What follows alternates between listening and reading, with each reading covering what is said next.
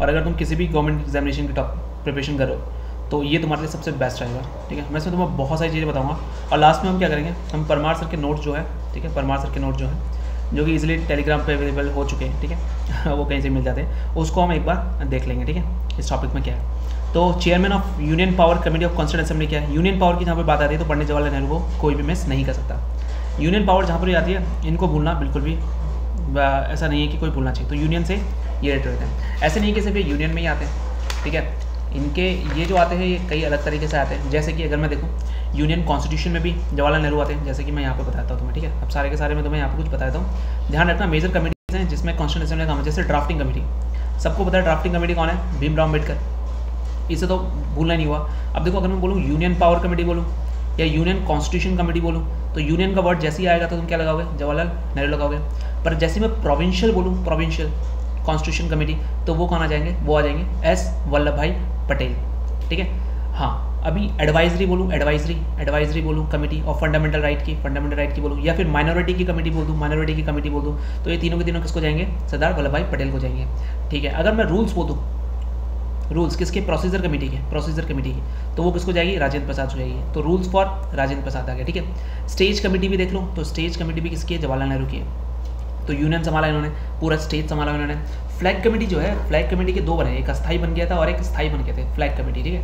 Flag committee के जो अस्थाई जो थे वो राजेंद्र प्रसाद थे, ठीक है, ये टेम्प्रेरी थे, और परमानेंट की बात करें तो जेबी कृपलानी थे, ठीक है। कॉन्स्टिट्यूएंट असेंबली की कमेटीज़ के फंक्शंस को देखने के लिए जीबी मावलंकर थे, और ऑर्डर ऑफ ट्रेड यानी स्टीयरिंग कमेटी, इंपॉर्टेंट है, पेपर में आया हुआ है, स्टीयरिंग कमेटी के लिए कौन थे, के एम मुंशी थे, ठीक है। तो ये हमारे कुछ कमेटीज़ थे जो कि मैंने ऐसे ही ओरल बता दिए हैं, ठीक है। आई होप तुम्हें काम आया हो, ठीक है। सरदार वल्लभ भाई पटेल दिया हुआ है इसमें, तो provincial committee, advisory committee, minority committee, तीनों लगा दो। भीमराव अम्बेडकर दिया हुआ है तो इसको तो तुम कहीं से लगा दो। ये जो अय्यर जी हैं इनके बारे में थोड़ा सा हमने कहीं पे लिखा नहीं है, तो सॉरी, अय्यर जी को मिस कर देते हैं। What is the basis for constituent assembly, basis क्या था इसका, तो बेसिस क्या था, तुम्हारा कैबिनेट मिशन प्लान, यही इसका बेसिस था, ठीक है। इसके बिना नहीं हो सकता था। Resolution of Indian national Congress, तो ये बात ही नहीं बनती। इंडिपेंडेंस एक्ट 1947, भैया देश आज़ादी हो रहा है तो कॉन्स्टिट्यूएंट असेंबली तो तुम्हारी कब बनी थी, कॉन्स्टिट्यूएंट असेंबली तुम्हारी कब बनी थी, कौन मुझे कमेंट करके बताया कि हमारी जो कॉन्स्टिट्यूएंट असेंबली थी वो कब बनी थी, ठीक है। नीचे कमेंट करके बताओ कि हमारी जो थी क्या कहते हैं कॉन्स्टिट्यूएंट असेंबली कब बनी थी। 1947 हो सकता है, नहीं हो सकता। रिजोल्यूशन ऑफ प्रोविंशियल, ये तो बेकार ही है, स्टेट ऑफ डोमिनियन स्टेट, ये तो हो गया। तो आंसर ही क्या बचता है, एक ही बचता है, कौन सा बचता है, कैबिनेट मिशन प्लान बनता है 1946 का, ठीक है। दिखाना दे रहा हूँ, बस मेरी बातों को ध्यान से सुनना, ठीक है। कान में ईयरफोन लगाओ और ध्यान से सुनता रहो। Constitution of India was adopted and, अगर इस क्वेश्चन का मैं आंसर देना पड़ रहा है मुझे तो बेकार है भाई जिंदगी, ठीक है। अडॉप्ट कब किया था, ठीक है, तो ये थोड़ा सा ध्यान रखना, ठीक है। ये क्वेश्चन अगर तुम्हें नहीं आता तो देखो यहाँ पर 26 जनवरी 1950 भी दिया हुआ है और 26 नवंबर 1949 भी दिया हुआ है। कब अडॉप्ट किया गया था बताओ, ठीक है। देखो अडॉप्ट तो जल्दी कर लिया था, ठीक है, उस पर वहाँ से हमारे कुछ वो भी चले गए थे, कुछ वो भी चला दिया था ना हमने, क्या चलाए थे कुछ क्या कहते हैं, अरे यार 2 साल 11 महीने लगे थे वो, तो ठीक है। हमने कुछ आर्टिकल भी पास कर दिए थे, जैसे इलेक्शंस के हो गए और सिटीजनशिप के हो गए, ठीक है, ये वाले पास करते थे। तो कब हो गया था, ठीक है, नीचे कमेंट करके बताओ कब होता है, इसमें या इसमें होता है, ठीक है। आगे बात करते हैं। Who presided over the first meeting of the Indian constituent assembly, Indian constituent assembly की पहली मीटिंग जो थी उसको किसने प्रोवाइड किया था, तो सबको पता है सचिदानंद सिन्हा ने किया था, ठीक है। ये कौन से थे, अस्थाई टेम्प्रेरी कमेटी थे, ये फ्रेंच मॉडल के हिसाब से चले थे, फ्रेंच मॉडल के हिसाब से सबसे ओल्ड जो थे इसी को इनको थे, इसी कारण इनको बनाया गया। और अगर हम टेम्प्रेरी की बात करें, सॉरी परमानेंट की बात करें तो वो कौन थे, राजेंद्र प्रसाद थे। बी आर अम्बेडकर किसके ड्राफ्टिंग कमेटी के चेयरमैन है। आगे बात करते हैं। Whom the following was adviser of the drafting committee, adviser की बात करें, एडवाइजर तो बी एन राव कौन थे, एडवाइजर थे, तो ये बहुत अच्छा क्वेश्चन था, एडवाइजर ऑफ किसके, ड्राफ्टिंग कमेटी के। चलो ड्राफ्टिंग कमेटी के बारे में आप पहुंच गए हैं तो ड्राफ्टिंग कमेटी के बारे में बात कर लेते हैं। So what is drafting committee यार, बड़ी ड्राफ्टिंग कमेटी क्या है, कब इसको बनाया गया, मैं थोड़ा सा इसको एक छोटा कर लेता हूँ, ठीक है, काफ़ी बड़ा हो रहा है, परफेक्ट, ठीक है। ड्राफ्टिंग कमेटी के बारे में बताऊँ तो ड्राफ्टिंग मेंबर कितने मेंबर थे, टोटल 7 मेंबर थे, टोटल 7 मेंबर थे। कौन कौन है, क्या उसके नाम बता सकते हैं आप, हाँ उसके नाम बता सकते हैं, कौन थे, भीमराव अम्बेडकर चेयरमैन, ठीक है, और मित्तर ले लेते, मित्तर, खाइटन ले लेते, खाइटन की डेथ हो गई थी तो टी कृष्णमाचार्य ने इनको रिप्लेस किया था, ठीक है, और BL मित्तर को ने भी रिजाइन कर दिया था तो माधव राव आ गए थे, माधव राव आ गए, ठीक है। अब के मुंशी स्टीयरिंग कमेटी के हेड है, पता होना चाहिए। मोहम्मद सदादुल्ला थे, ये भी आएंगे। गोपाल स्वामी अयंगर आएंगे, गोपाल स्वामी अयंगर, ठीक है। और कृष्ण स्वामी अय्यर ठीक है, राइटिंग पे डोंट माइंड, ठीक है, ध्यान से सुनना मेरी बातों को, और इन लेक्चर्स को कम से कम 4 से 5 बार देखो तो मैं सारी चीज़ें देंगी, इससे बाहर तो आ ही नहीं सकता भाई, आ ही नहीं सकता, क्योंकि मैं सारे नोट्स क्लियर करके चल रहा हूँ। अभी देखना तुम जब वो करोगे ना पर बार, तब उसमें देखो सब मिलेगा तुम्हें। तो कॉन्स्टिट्यूंट असेंबली थी, इंडिया स्टार्ट फंक्शनिंग फ्रॉम, अब जो टॉपिक का है वो तो मिलेगा, अब जाहिर सी बात है टॉपिक में नहीं आया तो मैं कैसे बता सकता हूँ उसको।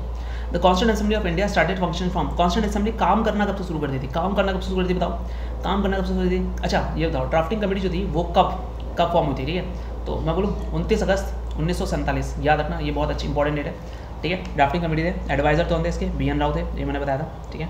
और हाँ कॉन्स्टिट्यूंट असेंबली काम करना कब से क्या कर दी थी, स्टार्ट फंक्शनिंग, कॉन्स्टिट्यूंट असेंबली काम करना कब से शुरू कर दी थी भाई, 9 दिसंबर 1946, 9 दिसंबर 1946।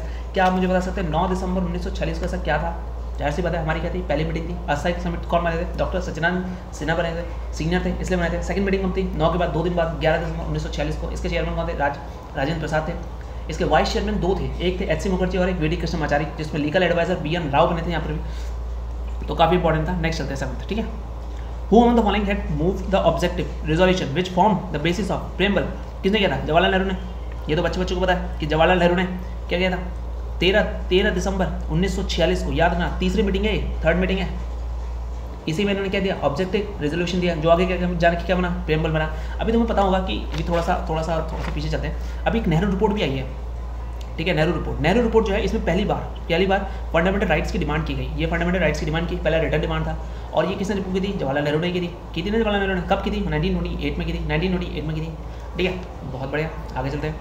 1920 में एक चीज़ और हुआ था, क्या हुआ था, चलो नीचे कमेंट करके बताओ, 1920 में ऐसा क्या हुआ था जिसमें लाला लाजपत राय की डेथ हो गई, और उसके चक्कर में सुंदर्स मारा गया, मारना चाहिए था स्कॉट को, ठीक है, पर सुंदर्स मारा गया, ठीक है। नेक्स्ट बात करते हैं, Who among the following was not a member of Constituent Assembly? Constituent Assembly के मेंबर कौन थे, सरदार वल्लभ भाई पटेल थे, हाँ थे, JB कृपलानी थे, हाँ, KM मुंशी थे, हाँ, तो KM नारायण क्या है, नहीं है, ये नाम सुने थे, स्टीयरिंग कमेटी मिल गया, कृपलानी जी मिल गए, पटेल तो पता ही है सबको, ठीक है। आगे चलो, constitution of India was completed, constitution of assembly कब हुआ था, 26 नवंबर 1949, क्या मैं आंसर सही बोल रहा हूँ, हाँ मैं आंसर सही बोल रहा हूँ, ऊपर वाला का आंसर तो मैं मिल गया होगा।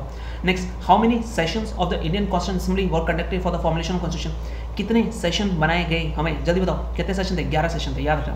The first day session of Indian assembly was chaired by, सबसे पहले का जो किसने किया था, सच्चिदानंद सिन्हा ने किया था, ये सबसे बड़े थे, इसे इन्होंने किया था बार। How much the constituent assembly took to frame the constitution, देखो 2 साल 11 महीने लगे थे, 2 साल 11 महीने 18 दिन लगे थे, याद रखना, ठीक है, ये भूलने वाली चीज़ नहीं है। Constituent assembly was set up a drafting committee of the chairman of doctor Bhimrao, कब आया था, देखो अभी बताया ना 29 अगस्त 1947, अभी बताया था क्वेश्चन, देखो कितना सिंपल है, आया हुआ क्वेश्चन है, ठीक है, simple. Who was the chairman of the provincial constitution committee of the, ये चेयरमैन कौन है इसका, भीमराव अम्बेडकर है, ये सेम क्वेश्चन को रिपीट कर रहा है, मजा नहीं आया। The number of members drafting committee में कितने थे, 7 थे, सातों के नाम भी गिनाए थे मैंने ऊपर, ठीक है, एक बार सातों के नाम दोबारा रिवाइज कर ले, सातों के साथ के नाम था, रिविजन ही तो होगा, कौन है, भीमराव अम्बेडकर, खाइटन जिनकी डेथ हो गई थी, कृष्णमाचार्य आ गए थे, मित्र आए थे, BL मित्र जिन्होंने रिजाइन दिया, माधवराव आए थे, KM मुंशी आए, मोहम्मद सदातुल्लाह आए, गोपाल स्वामी अयंगर आए, कृष्ण स्वामी अय्यर आ गए, तो टोटल हमारे 7 हो गए क्या, भीमराव अम्बेडकर को मिलाओगे तो 7 हो जाएंगे, ठीक है। BR अम्बेडकर, खाइतन, चलो हम ऐसा करते हैं, जो आए थे फाइनल उनको देखते हैं, BR अम्बेडकर, कृष्णमाचारी, माधवराव, KM मुंशी, मोहम्मद सदातुल्लाह अयंगर, अय्यर, 7 हो गए टोटल, ठीक। पहला सेशन कब हुआ था, पहला सेशन तो 9 दिसंबर 1946 को था, दूसरा दिसंबर 11 दिसंबर को था, तीसरा दिसंबर 13 दिसंबर को क्या पास किया था, ऑब्जेक्टिव रेजोल्यूशन, जो क्या बना आगे जाके प्रेमबल बन गया था, काफी सिंपल था। 7 क्वेश्चन बात करते हैं, ठीक है। अगर थोड़ा फास्ट लग रहा है ना तो ऐसा करो 0.5x में करो उसको, और इजीली तुम्हें इजी लग जाएगा। किसने प्रपोज किया था preamble before drafting committee of constitution, किसने किया था प्रेमबल को, किसने प्रपोज किया था, कमान, अभी तो बताया मैंने, कमान यार, जवाहरलाल नेहरू, तुम्हारे मुंह पे क्वेश्चन सुनते ही आंसर आ जाना चाहिए, ठीक है। Who was the president of the constituent assembly of the independent India, president of the constituent assembly of the independent India, अगर देश आज़ाद हुआ है तो उसके कौन है, सी राजगोपालाचार्य नहीं होंगे, KM मुंशी होंगे नहीं होंगे, भीमराव अम्बेडकर नहीं होंगे, तो क्या बचे, राजेंद्र प्रसाद, आंसर। नेक्स्ट में चलते हैं, ठीक है। Deferment of adult franchise for 15 year, 15 साल के लिए जो एडल्ट फ्रेंचाइजी थी 15 साल के लिए, ये कौन लेके आया था, याद रखना, ये मौलाना आजाद लेकर आए थे, ठीक है, हाँ मुझे भी याद है, मौलाना आजाद लेकर आए थे, ठीक है, याद, राजेंद्र प्रसाद नहीं थे, जवाहरलाल नेहरू थे, भीमराव अम्बेडकर नहीं थे, ठीक है। कॉन्स्टिट्यूएंट असेंबली में जो मेंबर्स थे वो किसने किए थे, ये क्वेश्चन आया हुआ है, ये याद रखना, ये प्रोविंशियल असेंबलीज में से इलेक्टेड हुए थे, प्रोविंशियल असेंबलीज में से इलेक्टेड हुए थे, ये मेंबर थे, काफ़ी अच्छा क्वेश्चन है, वेस्ट बंगाल का PSC का क्वेश्चन है, बहुत ईजी क्वेश्चन था। Who among the following was the chairperson of the drafting committee, इतना हो गया, तो कौन है, Bhimrao Ambedkar, same question repeat हो रहा है, पता नहीं क्यों। आगे देखो, पीरियड जितना कंस्टिट्यूंट असेंबली लेजिस्लेटिव मतलब फाइनलाइज कॉन्स्टिट्यूशन में लिया, तो इसको 2 साल लगे थे, 2 ईयर लगे थे, यानी 11 महीने भी लगे थे। तो देखो 46 से 49, 46, 47, 48, 49, यानी 3 साल, नवंबर से नवंबर ये 3 साल लग रहा है, 47, 48, 49 ये तो 2 साल हो गया खत्म। 46, 17, 48, 49 ये भी तुम्हारा ये भी लग सकता है। अच्छा ये तुम्हारा हटा, तो सी और ए में से हो सकता है। अब देखो नवंबर से नवंबर कितना, वो पूरे 3 साल हो गए। दिसंबर से नवंबर अगर तुम देखोगे तो दिसंबर से नवंबर कितना हो गए तुम्हारे 11 महीने हो गए, तो ये रहा करेक्ट हो गया। अगला हाउ मेनी मेंबर्स, याद रखना दिसंबर से नवंबर तक, how many members were initially there one constituent assembly, 389 थे। 389 का जब हमारा वो होता इलेक्शन होता, तो 389 में से इसको 300 में से 200 में बांटा गया, ठीक है। परमानेंट 200 में बांटा है मेरे हिसाब से, 292 इसको बांटा है, 296 में बांटा है और 93 में बांटा है, बट बाद में 296 को 200 में बांटा है, 292 और 4, ठीक है। तो अब तुम जैसे बांटना चाहो तुम्हारी मर्जी है। तो 389 थे, ठीक है, जिसमें ब्रिटिश ऑरेंज को कितने 292 मिल गए थे, ये था। Chairman of the union constitution committee of the union की बात करें तो जहाँ पर भी यूनियन की बात है वहाँ पर आंसर क्या हो जाएगा, क्या हो जाएगा, जवाहरलाल नेहरू, खत्म। Nominated chairman of the constituent assembly, आय हाय हाय ये क्वेश्चन है भाई। नॉमिनेटेड चेयरमैन कौन है, एच सी मुखर्जी, याद ना नॉमिनेटेड चेयरमैन है कॉन्स्टिट्यूंट असेंबली का कौन, एच सी मुखर्जी। काफ़ी अच्छा क्वेश्चन है, MPPSC का क्वेश्चन है, मजा आ गया।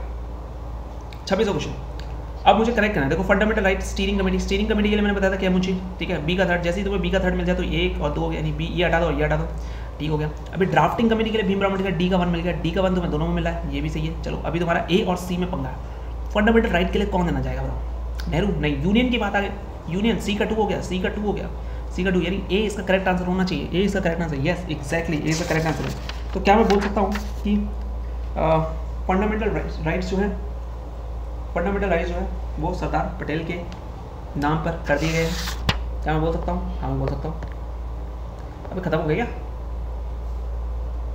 पागल हो गया, हाँ खत्म हो गए। ओ भाई बस इतना ही था क्या, चलो अभी देखते हैं परमार के नोट्स, ठीक है। तो ये भाई बहुत खतरनाक बंदे हैं, ये बहुत मस्त पढ़ाते हैं सर, मज़ा आता है, ठीक है। तो देखो फर्स्ट मीटिंग 9 दिसंबर को हुई थी, राजेंद्र प्रसाद जो होते 11 दिसंबर को सेलेक्ट हुए थे, नहीं दूसरे वाले में, पहले में सत्यनारायण सिन्हा था ना। 29 अगस्त 1947 को ड्राफ्ट बना था, ये पढ़ लिया हमने।